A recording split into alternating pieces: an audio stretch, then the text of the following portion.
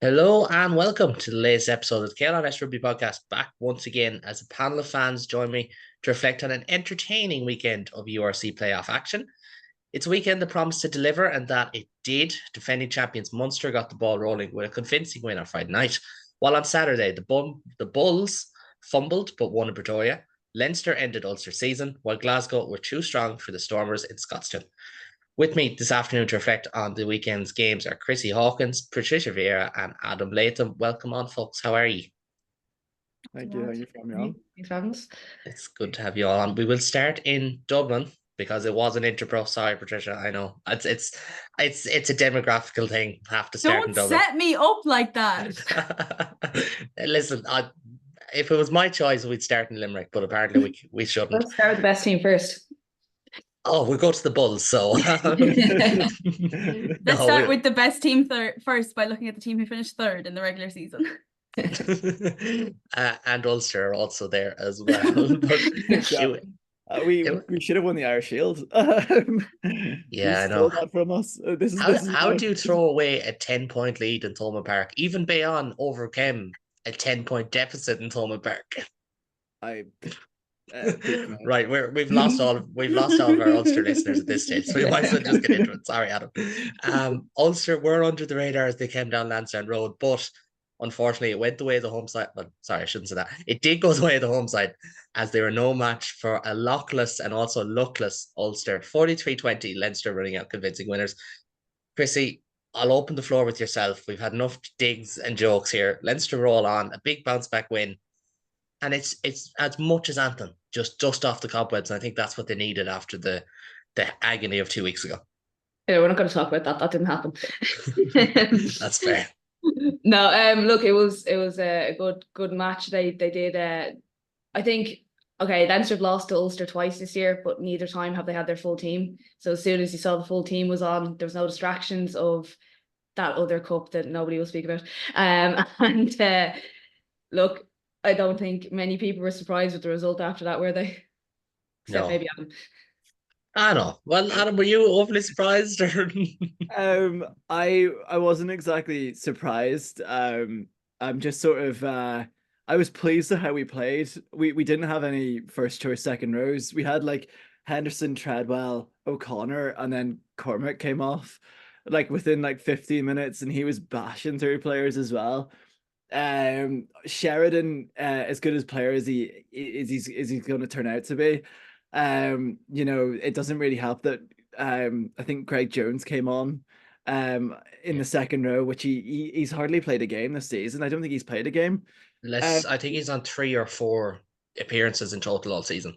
Oh, that must have came towards the end of the season, because he's leaving this year as well. So he's not exactly a player that we would have relied on in big moments. And then he kind of came on, and that's when I kind of thought, well, this is going to go the way that we were sort of expecting. But I think we put up a really good fight. I think we put Leinster under a good amount of pressure for what we had. John Cooney was, flawless in that game. I think we were just underweight, really. I think we had a lightweight pack as soon as Cormac came off. And our bench was sort of tested. But yeah, what can you say? It seems to be every year that we would beat Leinster either in Dublin or at home, and then it would come to a knockout game where we'd have to face Leinster again, and it's just that continuing circle. But yeah, from an Ulster point of view, it's something good to build on. I would not say this is like which is a terrifying thought. This is like when we got beat in the quarterfinal a couple of years ago, in the Champions Cup. We played a good game of rugby. On the scoreline, I think flattered Leinster at the first half. Towards the second half, we were knackered really, and then the tries just started leaking in. So yeah, I think given injuries, given everything else, really, we played with a lot of heart, and that's what you want as a fan. There's an element of that, and I mentioned it there in the intro about like they were luckless in some ways, like to be down Ian Henderson, your captain, Alan O'Connor, vice captain, and Kieran Treadwell, Ireland international, and then to lose Izuchukwu, who has been at the very least player of the month or whatever. Like myself, Patricia mentioned on the Red Army podcast this week how good he was in Thomond Park. To lose him, like luck is a small bit of a factor, and it is a tough way to lose, especially with the way that first half went, because it just felt like by half time, 17-0 down, didn't score at the end of that first half. Caelan Dars somehow doesn't get penalised into that half. As I said, you've lost as a Chukwu. It kind of felt like game over at that point, as cruel as that is to say. Yeah, it really did. I think as soon as Cormac came off and I saw the time, I was just like, right, this is gonna be the tough moment of the game. But yeah, I think in an ideal world we would have had a full pack and we would have had Cormac playing 6. We would have had Henderson and I would have even kept Sheridan in the second row. I think he's good enough to be starting next year. But yeah, with a full pack, we would have put in a bigger performance. But I can't fault the lads for having the heart to actually stick in and score 20 points in the second half from coming from scoring nothing. Yeah, and one of the tries of the week from Stuart Moore it was Stuart Moore as well, wasn't it? Like that beautiful little score. Yeah, Patricia, you're our neutral on this, and I know you said you watched all the games and you got a neutral eye on all proceedings.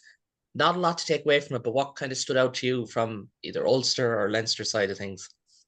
Yeah, not much, to be honest. Like it was one of those games that, like, not to sound harsh, and I agree with everything Adam said. Like, I think losing Izuchukwu was sort of felt almost like the defining moment from an Ulster point of view, but it felt like one of those games that Leinster have every so often where it almost feels like a foregone conclusion as soon as it starts. Like, they scored early and you just sort of thought, okay.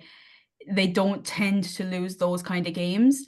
Like, it's not to underestimate how much of a contender Leinster still are in this URC. Obviously, they're semi-finalists, the same as the other 3 teams, but they seem to play those games the last couple of years. It seems to be more like when there is less pressure on them, and I think that they probably felt there was less pressure on them in this game than maybe some of the other quarterfinalists did. So, like, it was an impressive performance, but it almost felt like it almost didn't feel like they were playing a knockout game. They almost felt like they were playing, a game that they knew they were going to win, which is a dangerous position, like, for a team to be in. But it had a different feeling, I felt, than the other games over the weekend.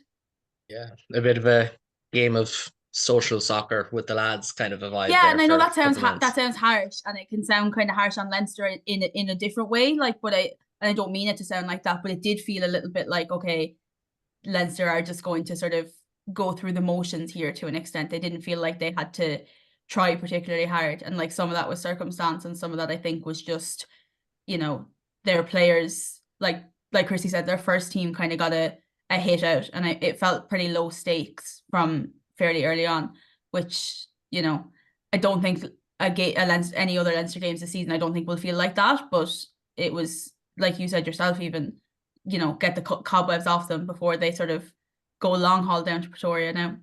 Yeah, and that's where I was going to move on to next, because Chrissy, it is Pretoria at altitude next Saturday. That game at 3 p.m. on RTE. Like, it's a weird situation now, because I know Leo Cullen presumably jokingly mentioned about trying to organise flights, but I presume they're already booked. Like, I think you're just having a laugh with the journalists. Would you look to switch things up there, because you run the risk of going 80 minutes at altitude, then having to hop on the flight on the Sunday to head back up to, say, to Limerick or to Dublin? You probably want to make sure freshness is very important in these next 2 weeks, if there is to be 2 more weeks in the season. Yeah, but also we have been hockeyed in Pretoria a few times now by not taking the match seriously. It's the semi-finals. You need to send the team down. I think this is no time to like moving the team around. Maybe a couple of switches, but for the most part, you need to send the first team down. If you want to win the cup, yeah, and you have to go the hard way. Like Munster, I know they didn't have to go to altitude last year, but Munster had to do it the hard way last year. If like it's not the time to be playing around with the team. This is if we want to actually win silverware for once. It's send the first team down. If they're tired, they're tired, but they need to do it. Like, And you'd presume they're on a flight today, if not first thing tomorrow morning, to make sure they kind of have the travel done as early in the week as possible. Yeah, it's not easy to recover, but Benetton ran them close enough. yeah, No, it shows that the Bulls are not like, obviously Munster won up there. They're not infallible in Pretoria, so you need to send the strongest and give yourself the best chance for it. Like, Yeah, absolutely. From my perspective, if Caelan Doris and Andrew Porter only should win one game in Pretoria this year, I'd prefer if it was next month. But that's a bridge we'll cross at another point. let them win two. Like, it's grand. We can have two. You could, but law of averages and all that, and maybe one. We'll see. But Just want an easier final. Is that what it is? no, of course not. It's to get as many Munster fans at the final should they get there. That's the reason. There, wink, wink, nudge, nudge. Adam, I'll close things off with you because before we come on, we mentioned you were on with me during the Six Nations for the Dan McFarland resignation, and it has been an absolute roller coaster of a season for Ulster. There's no doubt about that. They've used almost 50 players, even though it feels like it was the same, like 30 every single week. Yeah.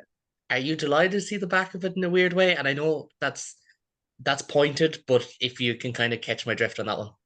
Yeah, I am. I feel like next year is going to be much more settled, I hope. Because surely it will. Surely it will, but we have to find a new sponsor. So that's for next year's stadium sponsor and a shirt sponsor. That's for next year's problems.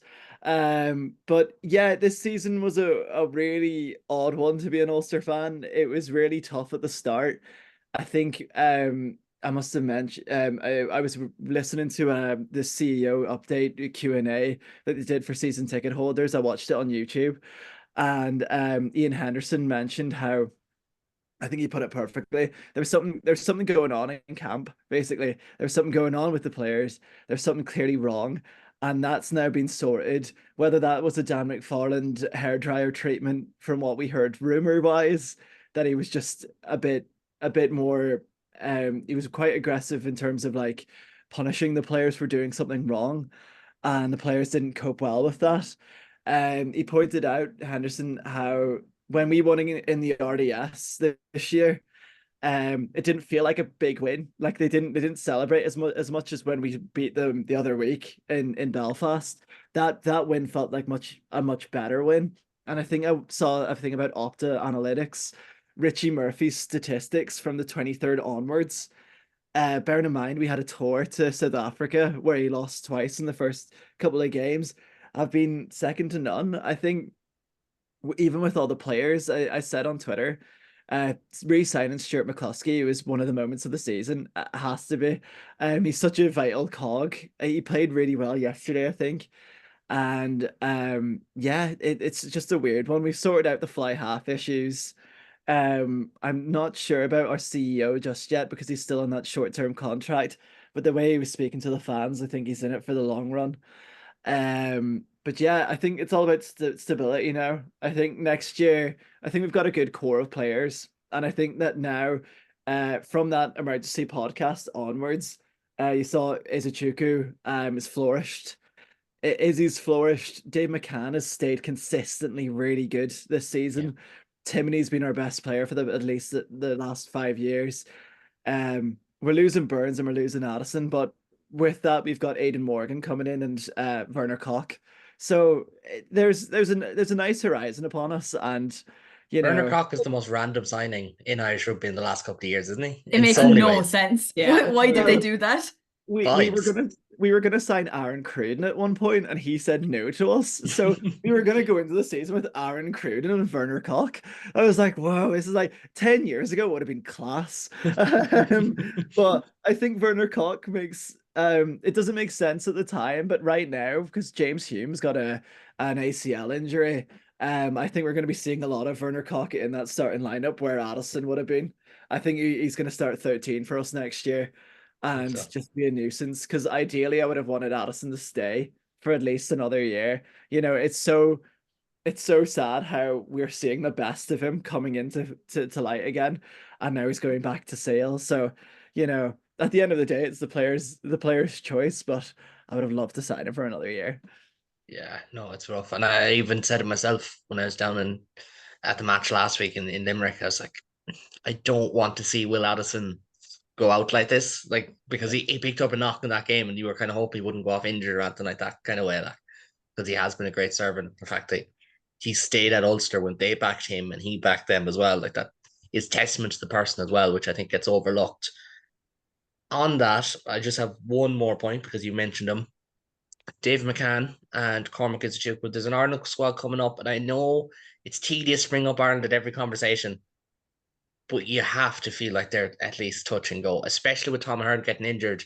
Izuchuku has to be touch and go, and McCann, I mean, I'd have him in there over a lot of other open sides.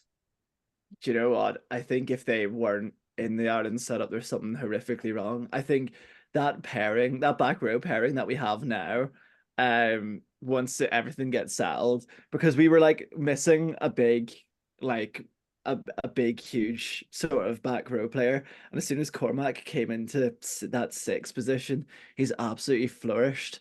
I think Bernard Jackman said he's like the second coming of Stephen Ferris. I'm not going to say that just yet, but the way he's bursting Cormac through, Institute is going to be tweeting Stuart McCluskey very soon. he's gonna be the 2023 compared to the 2034. But yeah, I think Cormac and David McCann, they definitely have to be in that squad. I would quite well. I'm sure we're going to talk about it later on or later on in the season, but I think this Ireland team needs to be. Not the first string, I'm going to say. Not the first string. I think we need to bleed a lot of players in and to send them to South Africa and throw them in at the deep end. It's almost like we should send the Ireland A team that we sent to play the Cheetahs a couple of years ago. No, we're not doing that. That's too far. We'll send them in the same kits from about 3 or 4 years ago.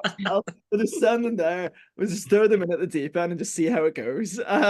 Michael McDonald will play a game, and he's coming back for Ulster as well. And we'll see, But yeah, no, I think we need to bleed a lot more players in, because I think with Leinster's loose head depth, equating to Ireland's loose head depth, I don't think we have many options. Will O'Toole make that switch next season? I think we would have already seen it by now if he did. Well, there's still time. There's still Depth time. Depth is a really interesting word for one guy, but I'm not going to start talking about Ireland squad. You didn't write Ireland squad anywhere on this thing. I would have said no if we'd have been doing Ireland squad. Which is also very fair. It's just because he mentioned it, and in fairness, with Ahern's injury and Izuchukwu's form, it would be remiss not to mention it. But you mentioned loose head props were in form. Jeremy Luckman might have saved Munster's blushes a few times on Friday night. That's where we're going to next, to Limerick. Munster cruising to a 23-7 victory over the Ospreys. Luckman, Shane Daly, and player of the match Jack Crowley largely the ones to thank for that. Patricia, you were there in an unfamiliar position, as Red Army podcast listeners will know. You're over in the West Terrace for a change for this one, but lots to be said about Munster's attack. Lots to be said about the game management again. But they seem like the best of both worlds, isn't it? 2 points before I get into that. First of all, I'm back in East Terrace North on Saturday for the semi-final. Because I tried it wasn't for me. Back I go to my rightful spot.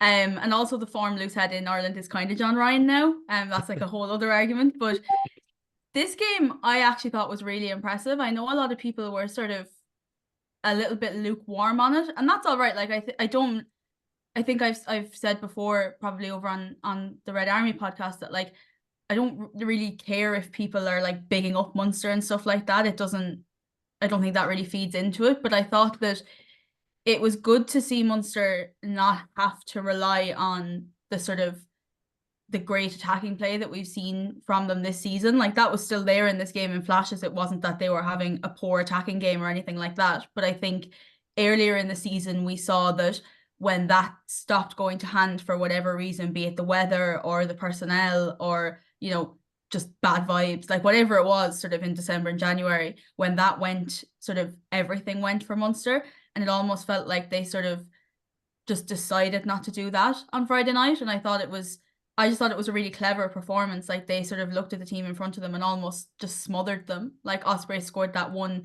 freak try, but to not concede for, 76 minutes or whatever it was, you kind of can't ask for more than that. I thought it was a great defensive performance, and then just smart to, take your 3 points, like just keep pulling away. Like they don't need to win by a win doesn't have to be by 45 points to be a comprehensive victory. And I felt that this was a really comprehensive win for Munster. I thought they really shut down the team that they had in front of them. And this is something we mentioned on the other podcast as well, in terms of you can be dominant without being dominant on the scoreline. And this was one of those examples. Defensively, phenomenal for the whole game. The same way as a team can pull away and score a couple of tries at the end of a game and look like they really dominated the game, and that might not be the case. I think that kind of happened in the Glasgow game, for example. Like, they scored 2 tries in the last 5 minutes. That game wasn't as wide a spread as a 27-10 scoreline makes it look. I think that this game was a more comprehensive victory than 23-7. You might say, like, oh, they only won by 16 points. Well, they didn't concede for outside of and that try was unbelievable, that Ospreys try, like, just such a well taken try, the kind of try you look at and just go, how did you even do that? Like, where did you even get that from? But after that, they really did just lock down that game, and there was never any wobble in it. They never lost control for a second, like, because we have seen even, you know, the Ulster game the week before, there was the Edinburgh game away before that. Like, there have been halves in games and times in games that Munster played very well in overall, where it's looked like they maybe haven't been entirely in control. There wasn't a minute of that, I didn't think, on Friday night. From my sort of strange view of things in the West Terrace, everything was kind of mirror flipped. But I thought it was good. I do agree. Even when the mist descended, it felt like, this is grand. We'll just kind of not again, I've kind of used this term, not shut up shop, but play a slightly different way in the second half. And that's what Munster did. And you talk about cup rugby and all those cliches, it was kind of an element of that. And Chrissy, the flip side of this is, like, it's 10 wins in the bounce for Munster, which is a club record, or equals the club record in league rugby.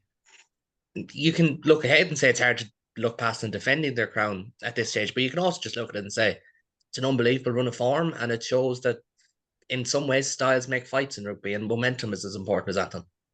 Yeah, that's true. I do see they are playing really, really well. I think the game last week against Ulster, I actually saw that one. I didn't get to see the Ospreys game, but that was, like, that second half was just mental. It was brilliant. But Ulster were just as impressive in that game. Munster just had a little bit more. And it's hard to see Glasgow beating them next week. But, you know, should Leinster come to Thomond, I think there's a very good chance that that crown will not be defended. But anyway, that's just me. I might be biased. Fire away. I will not shy away from bias in this podcast. But they have been very impressive. A lot of the season, yes, they had a bit of a rough patch, but, you know, what teams don't sometimes, I think. So the fact that they've come through it, and especially, again, the injuries they've had this year, they keep trucking on as well. So it's really good to see. Yeah, and I know it was tongue in cheek, but we did mention with the European elections coming up, or being on at the weekend, it felt like Munster's injury list was as long as those European election ballot sheets at one stage. It was going on forever. Adam, I want to just change tack really quickly, because the Ospreys have had a great season. They'd had a pretty good performance as well. And, like, Toby Booth, I know Graham Rowntree always says he's a proper rugby man. It's probably the highest praise that Graham Rowntree can give you to say you're a proper rugby man. But he's building something really tidy in spite of, like, any bit of leadership from the WRU. Yeah, I think the Ospreys have done really well this season. I think I would say that it sort of started with a win against us a couple of weeks ago with the drop goal. They were like 5% to get into the playoffs. That alone is incredible. They need to get rid of that. Those maths are so low. Like, last year, Connacht had, like, the easiest run in, and they were like 10%. This year, the Ospreys had a nice run in with, like, 3 home games. They were 5%. And they had Glasgow as 70% chance of making the final, of winning a final, even taking into consideration that, like, they might have to go to Pretoria for that final. I think your maths are wrong, lads. I think the URC may be the best league, but, like, that and the top 100 really bother me. Yeah, the top 100 take the piss. Now, I love props and I love Ox and Shay, but, like, come on, lads. Thomas Williams cannot be the top 5. It was kits off for like half a season, and I was like, wow, we had 5 weeks with the best player in the URC statistically. But he didn't do anything for us, I can say that now. But yeah, I think the Ospreys they're building something nice as well, despite all the Welsh turmoil at the minute and what's actually going to happen in the Super Rugby Wales thing is going to happen as well, which I'm sure is not going to affect anything in URC standards. But I think Ospreys are doing really well. They've played a nice game. They're finding nice young players as well that will certainly lead them on. And Toby Booth seems to be, as if Graham Roundtree saying he's a great rugby man, then it must be a good sort of, it's a really great accolade to have. But yeah, it's a good wee season. And to be fair, as an Ospreys fan, being the only Welsh team to qualify, and that it was the first year that all nations qualified for the quarterfinals as well. So, it was a good push, and they did really well. They weren't gonna make the final, the semi-final. You can probably say the same about Ulster, but as long as they played well, like what can you do? And they did play well. I think that was something that stood out to me. Like I don't think Munster playing a really good defensive game means the Ospreys played badly in any way. Like you look at how Nicky Smith got on, and I only realized like halfway through the game that he's leaving the Ospreys, which is such a big loss. He's an unbelievable scrummager. But you look at him, thought Owen Williams played really well, Owen Watkin played well, thought the back row played well, like Justin Chipridge was everywhere. I know long hair, blue scrum cap, it's easy to spot him. I get that. But he was kind of everywhere in this game. And like there's so much doom and gloom about Welsh rugby. And myself, Patricia, we spoke about like how that might affect attendances, and people think, if all you ever see is that they're terrible, people think they're terrible. But the Ospreys are a pretty good team. It's easy to forget they bet Leicester Tigers on Welford Road last year, and they had a big win over They beat Montpellier, granted. away. They won in Cape Town. Like they're a sticky team, and I don't think.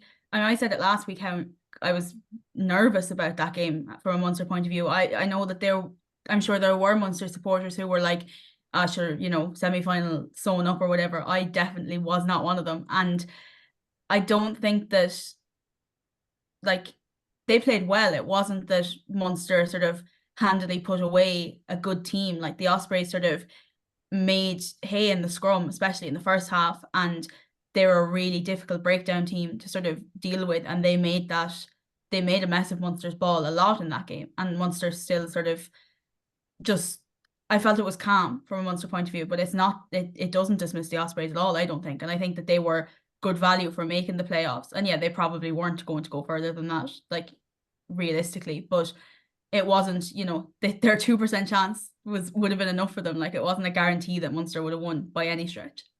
Yeah, no, I do agree there. And just my own thoughts, like I haven't been there, I thought, like, as I said, defensively Munster were really solid. I thought their kick chase game has been really good recently. I don't know if we got a chance to mention on the pod, Patricia, but the kick chase has been really, really good. Like Calvin Nash looks like Andrew Conway regenerated, like the football manager style guide to life that we have. And then Shane Daly is just working his arse off in recent weeks. Like he's played every single league game. He's played really well in the back half of the season.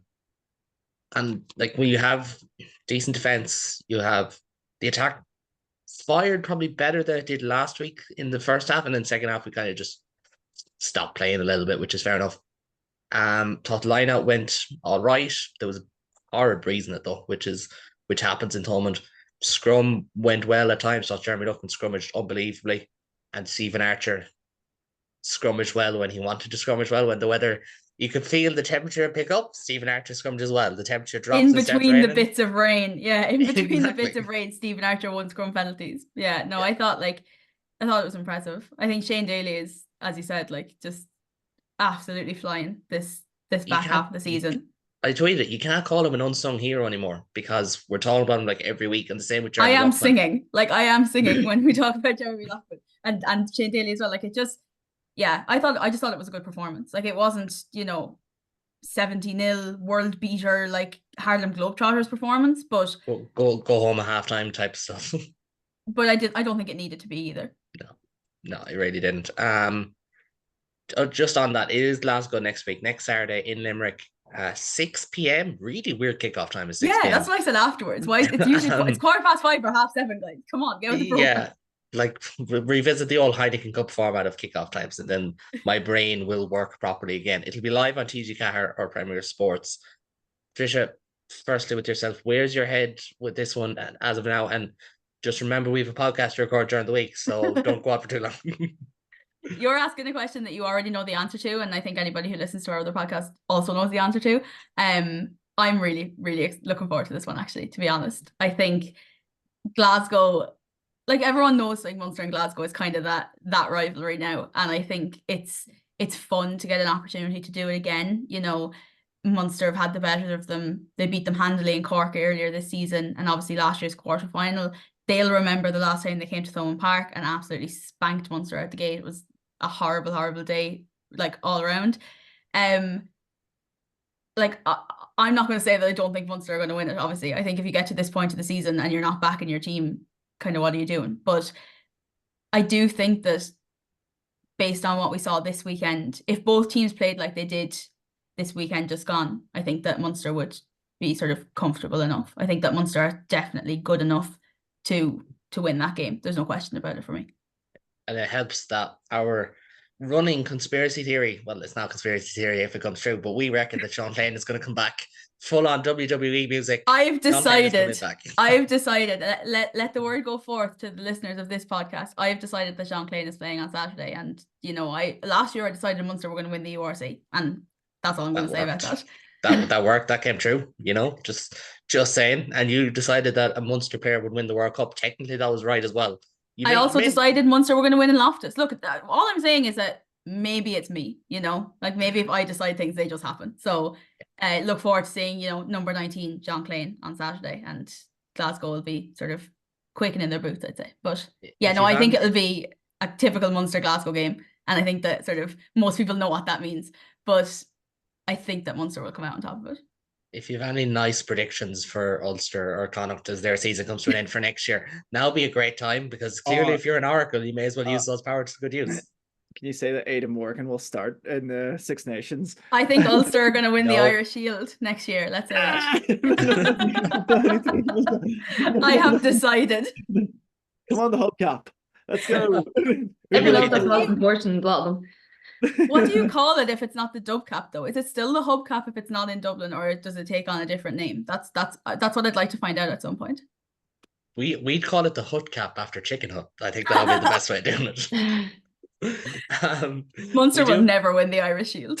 No, absolutely not, because we'll lose at Galway every single year, and if we don't lose at Galway, we'll get spanked in Ravenhill. So we're going to. They will always lose at least once against Leinster in the regular season. It's written.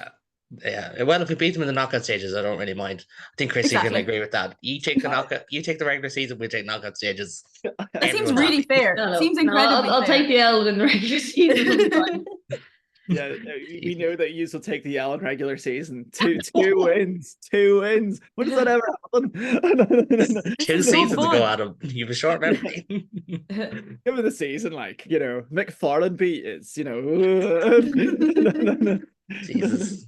Poor Dan is getting slaughtered in this podcast, and not for the first time. And do you know what? Not for the second time either. Has he ever talked about kindly on this podcast? No, not a chance.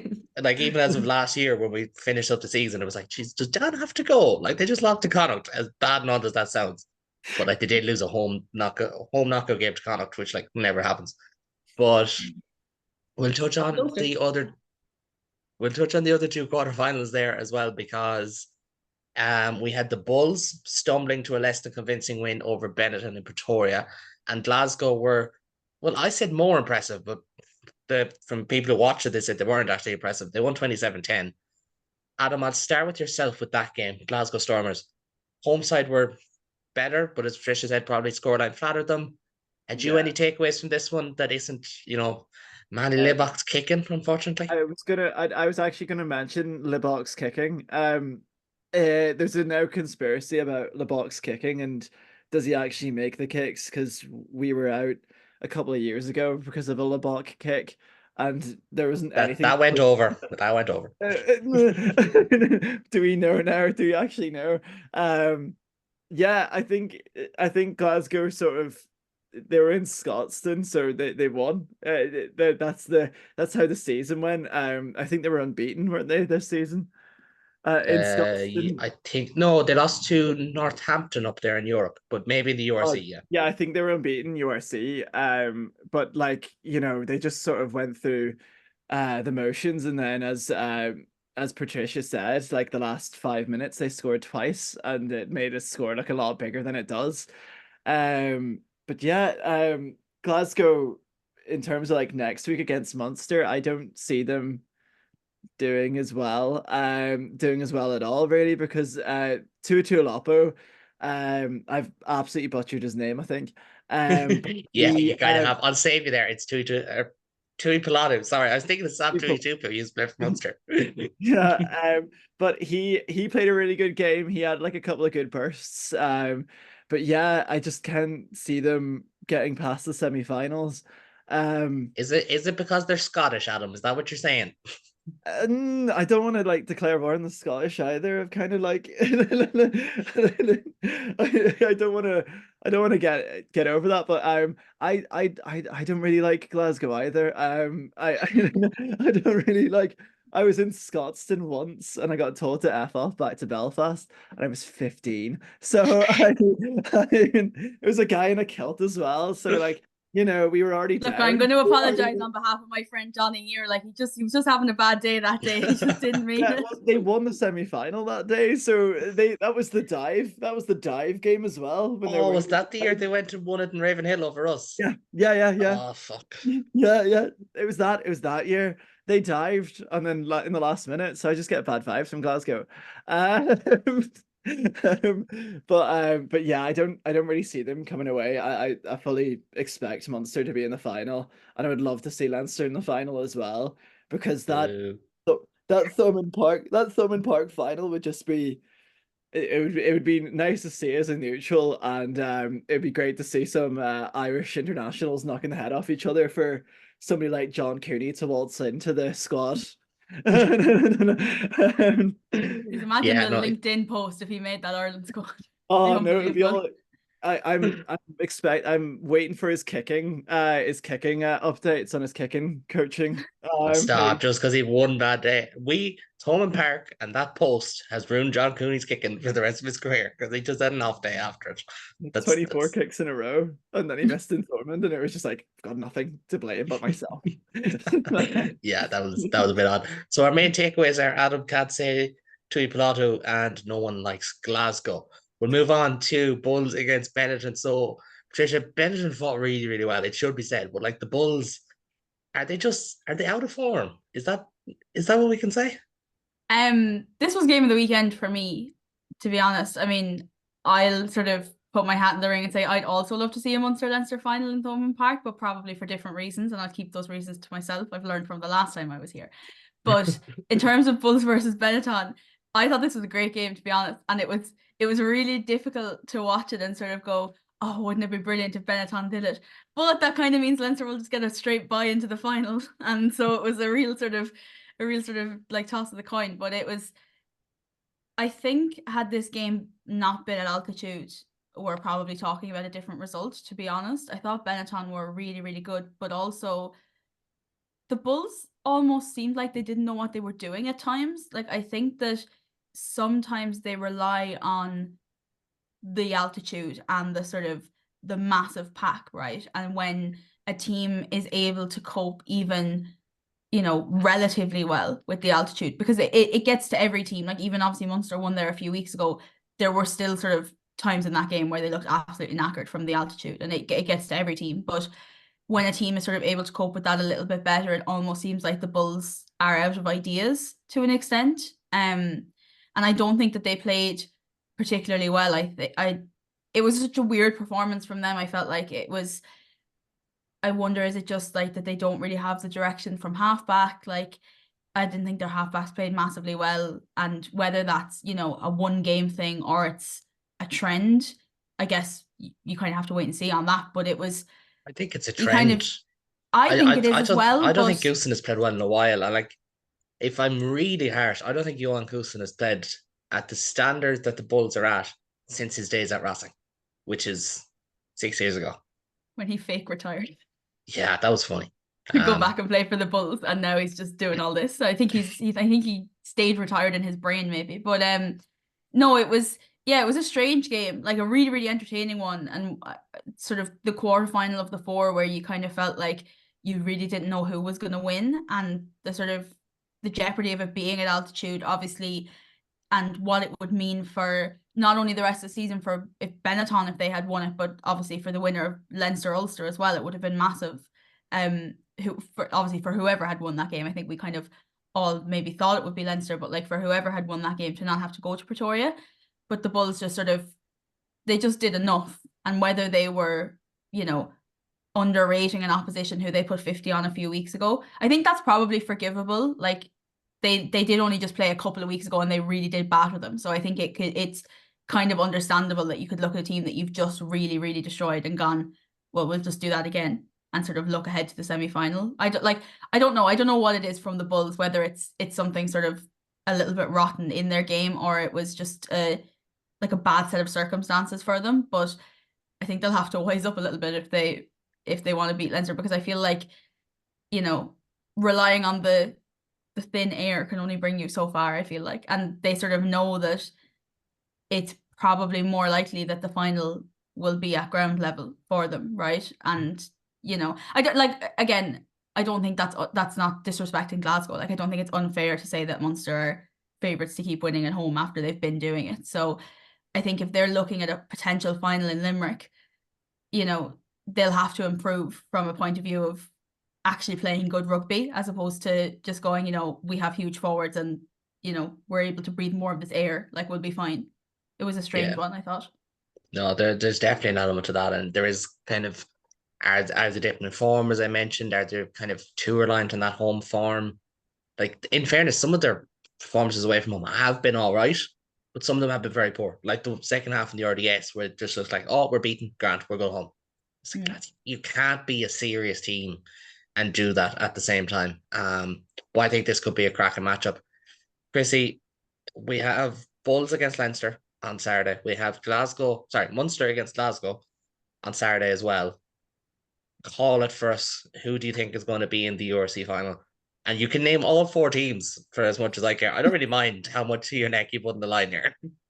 I'm going to be very optimistic with the Leinster and call Leinster. I also really feel like it's going to be Munster. It's as much as I would like to see Glasgow beat Munster. Sorry guys, but whoa now. Yeah, but I kind of feel like it's that thing. Like I felt when the Ospreys were coming, it was going to be Munster. I feel like it's going to be the same again. I can also see Glasgow and Munster kicking the heads off each other on the way to that Munster win, but it happened I think it'll be an interesting game. That's the concern. Yeah, that is the concern. But like in the nice way, where they're just, late tackling and stuff and no one comes off injured, because as much as I don't want Munster to win again, I want there to be a strong of both teams coming into the final, because you want to, like, I want 2 minutes in them like on top of each other, that kind of like handbag straight away kind of game. And I want as many as the first team players ready to go for that as well, like, and also come out after kicking the heads off, they're not injured, so they can go to South Africa as well. Pure tribal warfare. Yeah, I like it. It's a new vibe. As long as we're not saying the game's gone soft, I think we're doing the opposite here. So this is grand. This is a good, happy medium place to be in, I think. Chrissy, there's a lot at stake for you if it was a Munster-Leinster final anyway, because you'd have RG Snyman scoring a hat-trick and then doing an ACL or something like that, knowing him, like, there's a lot at stake for you. He celebrates his 5th try after 78 minutes and sort of breaks his arm in the process. Yeah. Tries to shoulder the goalpost to get a few weeks off. Yeah. I can't wait to see how he gets injured. It's a fantastic season on the medics bench, but be interesting. I know is that how it feels. You might do a Jenkins, who knows? Jenkins has been great for us. He's been a fantastic signing. No, I wouldn't say great. He's been there, and the best ability is availability. Exactly. He's played a lot more games for Leinster than Snyman's played for Munster in the last 2 years. And I'll give him that. But Organ Snyman is one of the most dynamic and hard to stop second rows in world rugby. Look, what you can't dispute is that Jason Jenkins is big. Yes, that's true. That's true. That's a large guy. That's, he might not have anything else, but he's big. And I'm not saying Snyman's not a fantastic player. He's just never there. Yeah. He wasn't really there on Friday night either. Like, let's be honest. Himself and Stephen Archer, like, nah, too cold. Let's go inside. There is actually, that reminds me, there is a photo somewhere of Jeremy Luckman standing between Jorge Snyman and Jason Jenkins. Jeremy Luckman 6'6" or 6 foot on the nose, and he looks about my height. Like he looks tiny in that photo, yeah. That's So we forget how big these guys are alongside the more normal shaped people like us, I suppose. I remember reading the Viva and looking at Jenkins going, he looks like a normal sized human, and I'm up in the top tier. This is not right. We're gonna close this episode on this Father Ted small, far away discourse. But look, it has been a lot of fun. I don't want to hold you much longer because I'm sure you're all getting ready to watch the Munster hurling final, and we'll just say that that's what you're getting ready to watch, I suppose. Sure. Chrissy, Patricia, Adam, thank you very, very much for joining me. Adam, I know it's a tough end to the season, but hopefully you'll be talking much more optimistically about Ireland in a couple of months. Likewise, Patricia and Chrissy will chat to you soon as well. As always, thanks home to everyone for listening. You can catch Patricia and I on the Red Army podcast this week, where there will be a little bit of excitement. There'll be a little bit of worry because it's Munster, but there'll be a lot of excitement as we look ahead. And then on this channel, we will have a preview and review of the URC semi-finals as well. Hopefully, it'll be all Irish voices. We do get that all Irish final, but who knows? We're not quite there yet. Did you like what you see here? Please do like, subscribe, leave a review, leave a comment, tell a friend. It all makes a huge, huge difference. And I hope you've enjoyed the content over the course of the summer and the season. But for now, and until next time, take it easy.